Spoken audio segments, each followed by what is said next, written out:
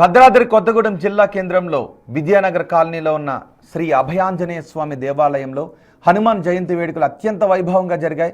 ఈ ఆలయం ఇక్కడి 33 అడుగుల భారీ హనుమాన్ విగ్రహాన్ని నిర్మించి 20 ఏళ్లు పూర్తయిన సందర్భంగా స్వామివారికి 600 లీటర్ల పాలతో పాలాభిషేకం చేశారు, పూలాభిషేకం నిర్వహించారు. భక్తులు భారీ సంఖ్యలో తరలివచ్చి హనుమాన్ చాలీసా పారాయణం చేస్తున్నారు. తమలపాకులతో ప్రత్యేక పూజలు చేశారు.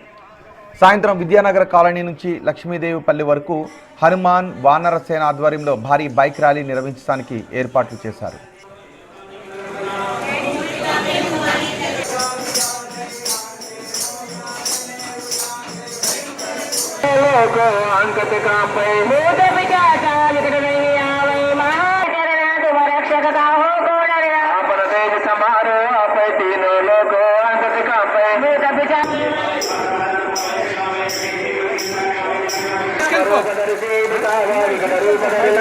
Kita